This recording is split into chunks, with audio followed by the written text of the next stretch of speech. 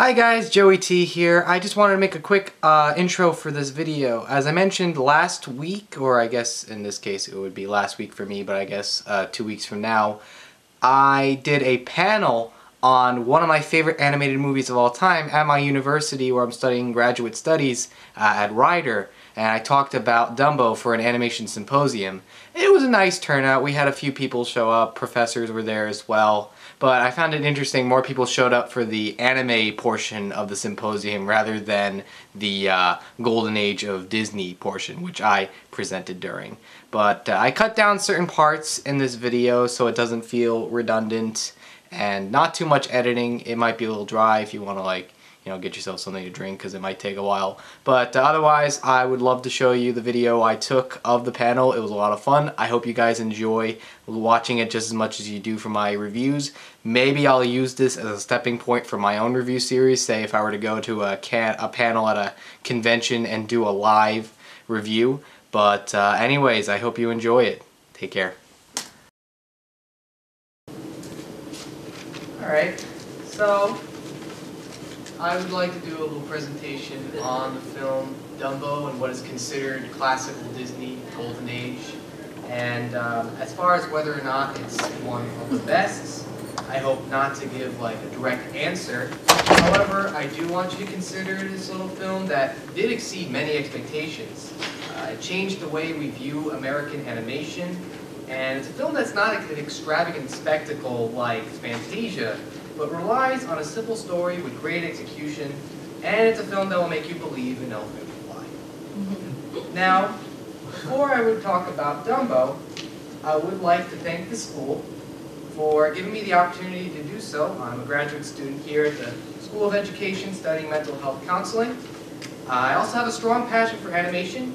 I find it fascinating that filmmakers can create worlds and characters through paint, clay, and even Andy Serkis. If anybody got that joke, you get brownie points.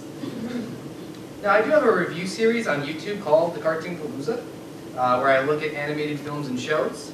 Now, after my presentation, I can provide links if anybody would like to subscribe to the channel, hint, hint, plug, plug, where I just talk about more topics in animation, one of which I recently made a video where I talked about how Frozen's character Elsa represents introversion, the personality type introversion.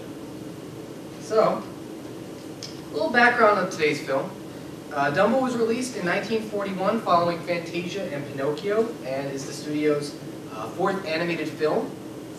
Surprisingly, it's one of their shorter films, only running at about 64 minutes. Now, consider that this is including credit sequences where you find out all the animators and directors. So when you take that in for consideration, it's about an hour long. And if you look at some short films go up to about 45 minutes today. So in some ways it seems, is it either a really long short film or is it a really short feature film? It has a, I'm going to use Rotten Tomatoes. I rarely ever refer to Rotten Tomatoes when talking about a film. But it does hold a 97% on Rotten Tomatoes based on 37 reviews, with only one critic giving it a negative review, saying it felt like a practice feature film from animators whose previous experiences came from short subject films. Now again, I'll discuss this point later on at the end of this presentation. The film's notably CEO of Disney Animation, John Lasseter. You might recognize that name. He's directed Toy Story. He claimed to have studied it as a student frame by frame, saying that it's a tight story, it has an emotional core, which makes it one of the best animated films in his opinion. And most importantly, probably wouldn't have guessed this, but it was my first word that my parents ever heard me say. So why I'm discussing it now, 23 years later, anybody's guess, who knew? So, in case you haven't seen the film, I'm going to reveal to you the plot.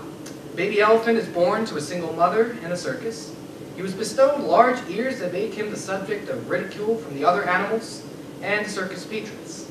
Now, ironically, his name isn't Dumbo, it's Jumbo Jr., but I find it surprising that they would keep the name that he used for ridicule as, the title of the film and the name they just sort of go with. Everybody just calls him Dumbo, even though that's mocking him, essentially. But, I don't know, they just roll with it. He's separated from his mother when she tries to defend him, resulting in Dumbo facing more trouble from the circus. He befriends a mouse named Timothy, which really says a lot when your best friend is the thing you're afraid of. And we eventually learn that his large ears allow him the ability to fly. Now, spoilers, Dumbo shows the circus his amazing abilities that cause him to become a star and reach his mother once again. A very happy and endearing ending. Now, as you can see, part of the brilliance does come from its plot. At its root, Dumbo is simply a story about a down-on-his-luck hero who people have a hard time accepting for his appearance. It's through quirky side characters he comes to realize his inner strength and has a happy ending. Now, let's look forward a couple of years later when Disney would make, by a couple I mean like maybe 20 or so, would make Sword in the Stone.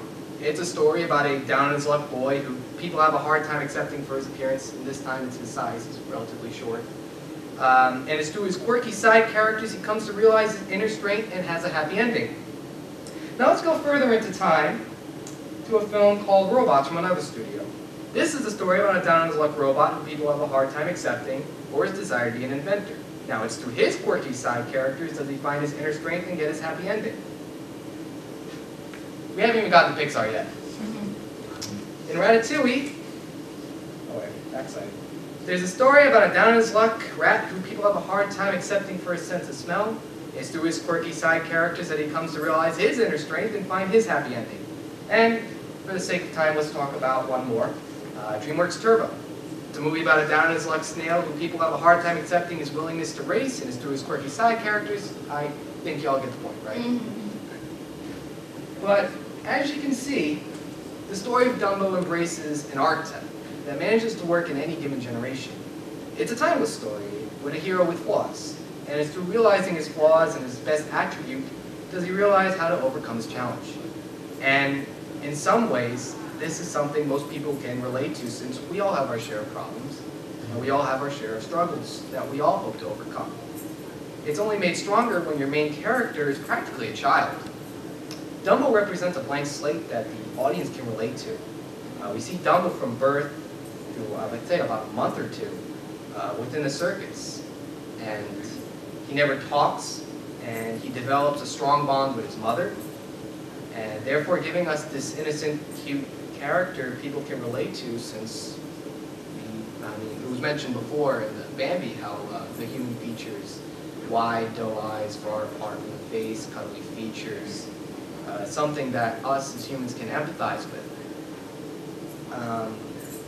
Other than a talking mouse friend, everybody ridicules him, tortures him, and they demean his spirit. Now there are so many great scenes I could talk about in Dumbo, and particularly I would love to have shown you this scene called the Pink Elephants on Parade sequence, where Dumbo drinks alcohol for the first time and has what most people could associate to as a trip. And wonderful animation. It's done on a black backdrop, so all the colors are very vibrant, and it incorporates a lot of surrealism. And I would have loved to share that sequence, but I figured I wanted to keep it down on time and talk about another scene that I feel was really important to the film, which is the baby mine scene. Well, I do apologize if I didn't bring any Kleenexes with me. That's also oftentimes 90% of the time I tear up when watching that scene. It's very strong, and it doesn't rely on dialogue as you've seen for the most part. It's just the interaction, the animation in relation to the soundtrack. And then mostly just him interacting with his mother. It only shows how close yet far they are truly from being together, where you see just by that montage of the other animals fully embracing their child, and only Dumbo can hold on to his mother's trunk. That only makes you want to root for him more, especially if you've seen earlier in the film him being ridiculed, tortured by the other animals, and being used to display with clowns. It only makes you sympathize with him more, and it does make it one of the more endearing scenes in the film, especially near coming back later on in the end, where you do finally get to see him fully embrace his mother. Good stuff. So are there a few criticisms? I do think this film does have a few criticisms, one of which is a pretty big elephant in the room, and that is the portrayal of racial stereotypes with these characters. I don't think they're the worst characters that have been put on film, but given the way they've been added additional racist slang, the way they dress, the way they talk, the fact that one of the characters is named Jim Crow does make this hard to watch, makes it less substantial now and more like a product of its time, especially when you just consider that other than helping the main character and giving him the strength they need, they could have been any ethnicity. They could have been Italian, they could have been American, and it wouldn't have been any different. But we watch it now, today, and it is offensive, and I can definitely see why most groups would be offended by them. Now, has it gone? I don't think it's gone away in film today. That's kind of a problem that still exists that I wish we can stop, but unfortunately not. That's films that have come within the last 10 years. Now, I would also say that, well, as mentioned before, one of the criticisms was that it is shorter and it does feel more like a short film. Now, oddly enough, there are factors that contribute to its budget not being as big as Fantasia or even Pinocchio. As grand and visually pleasing Fantasia was, it did put the studio in a financial rut. The animators knew this, and they attempted to make the film feel more like a silly symphony, or at least a longer silly symphony short. I know one short prior to this called Fernando the Bull has a very similar plot to Dumbo. And instead of using like lavish backgrounds, they used watercolors. And they relied on more cartoonier, less focus on realism than say something in Bambi, which will come out a little bit later. And it did take away the stress for the animators to strive for realism and just to have fun with it. Mentioned earlier, Norm Ferguson, who mostly animated Pluto, was one of the supervising directors and one of Disney's 9 old men to have worked on this film. And something I've also liked about this story is that unlike the fairy tales or princess stories, Dumbo manages to be more contemporary. It doesn't take place in a castle far, far away, but instead on a circus in the East Coast. It isn't based on a grim fairy tale, but based on a novelty book, as I have a picture posted down there.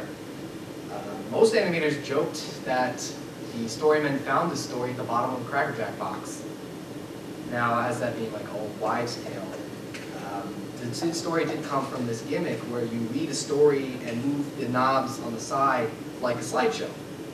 And it was enough inspiration for the Disney storymen to work off of, and they managed to turn it out pretty well, in my opinion. Now, I would like to end my presentation saying that I hope to convey, during my look at this Golden Age Disney film, it may not have been one of their biggest films in terms of visual style or complex storytelling, but what it does have is a simple story with a likable protagonist that manages to transcend generations with its relatability. It does rely on visual storytelling that is easily conveyed and allows the audience to relate to what's going on with the characters, therefore making Dumbo an influential, culturally significant film that will come out. It's Dumbo, we all.